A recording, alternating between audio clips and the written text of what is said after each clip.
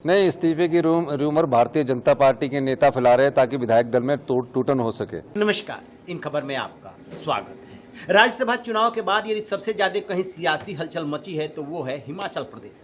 हिमाचल प्रदेश में 2022 के चुनाव में कांग्रेस सत्ता में आई थी और जिस तरीके से झटके में सत्ता में आई उसी तरीके से झटके में सत्ता से जाती हुई दिख रही है।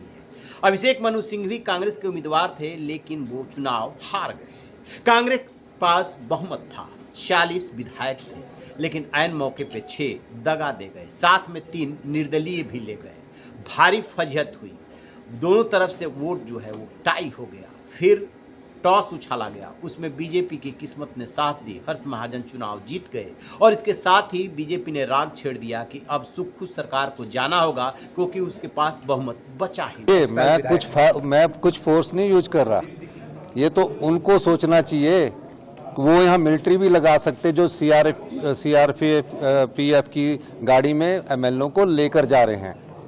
मैं घबराने वाला आदमी नहीं हूँ और मैं निश्चित तौर पर कह सकता हूँ कि कांग्रेस की अभी जो हमारा बजट होगा उसमें जब वोटिंग होगी हमारी वहाँ निश्चित तौर पर जीत होगी।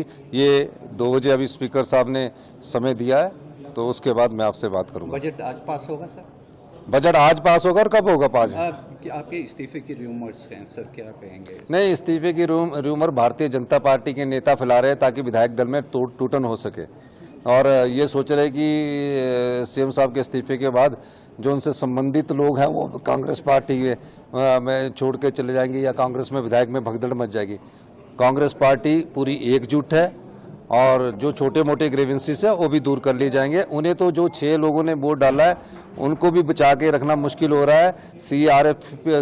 सीआरपीएफ की पोस्ट में ला रहे हैं, ला भी रहे हैं और ले भी जा रहे हैं, तो ऐसे मत घबराइए। भागे भागे कर्नाटक के deputy chief minister DK Shiv Kumar पहुंचे। बहुत बड़े मैनेजर समझे जाते हैं, रणनीतिकार हैं, सरकार को गिराना भी जानते हैं और बचाना भी जानते हैं। सो बचाने के लिए वो हिमाचल पहुंच चुके हैं।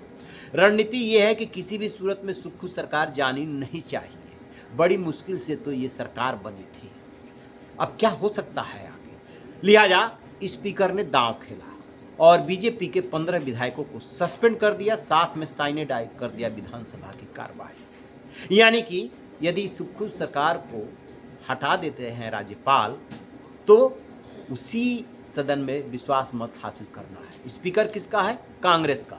15 जब बीजेपी के विधायक ही नहीं होंगे तो सदस्य संख्या घट जाएगी और ऐसे में कांग्रेस जो है अपना बहुमत साबित कर ले जाएगी। लेकिन यहीं पे अब बात खत्म होने वाली नहीं है। दोनों तरफ से जो आजमाइश हो रही है, जहां एक तरफ कांग्रेस ये कोशिश करेगी कि सरकार को बचाया जाए, वैसे ही बीजेपी कोशिश करेगी कि सुक्खू सरकार की विदाई के लिए ऐसा तरीका निकाला जाए कि सबसे पहले स्पीकर को हटाया जाए, तब जाकर के बात बनेगी। क्या जो 15 विधायक बीजेपी के सस्पेंड किए गए हैं, इनके सस्पेंशन को चैलेंज किया जाएगा? चैलेंज स्पीकर के सामने, चैलेंज कोर्ट में। कैसे बीजेपी वहां पे खेल करेगी? जैसे ही ये एक्शन हुआ उसके बाद पूर्व मुख्यमंत्री जयराम ठाकुर वो जो है पहुंच गए राज्यपाल के पास कि बिना मतलब के, बिना किसी आधार के इन्होंने सस्पेंड कर दिया है। अब राज्यपाल को विचार करना होगा, वही सत्र बुलाते हैं। कहना चाहता हूं कि हमको पहले से मालूम था कि कांग्रेस के पास बहुमत नहीं है। अब जब बहुमत नहीं है तो उनकी परिस्थिति ऐसी नहीं है कि बजट को पारित कर सके। उसके लिए एक ही तरीका उन्होंने निकाला कि भाजपा के विधायकों को सस्पेंड करो, और विधायकों को सस्पेंड बेवजह किया गया, 15 विधायकों को। और उसके बाद अब वो बजट पास करने की कोशिश करेंगे। ये नैतिकता के बहुत खिलाफ है, नियम के भी खिलाफ है। और ऐसे में मुझे लगता है कि कांग्रेस पार्टी में भी बहुत सारे लोग ऐसे हैं जिनको ये अनुभव लग रहा है, जिनको महसूस हो रहा है कि ये जो हो रहा है ये गलत हो रहा है। नैतिक अधिकार बजट पास करने का, सत्ता में रहने का कांग्रेस के पास अब है ही नहीं। जब राज्यसभा में उनके 43 में से 34 ही विधायक रह गए, बाकी उनके खिलाफ हो गए, तो इस बात को उनको समझना चाहिए। तो यहाँ पे मामला गया है फंस और कांग्रेस की कोशिश है सरकार बचाने की, बीजेपी की कोशिश सरकार गिराने की। कायदे से यदि सदस्य संख्या देखेंगे, संख्या बल देखेंगे तो पाएंगे कि दोनों तरफ से बराबर बराबर संख्या है। 34 बहुमत चाहिए, 35 क्यों? क्योंकि वहां पे 68 विधायकों की कुल संख्या है।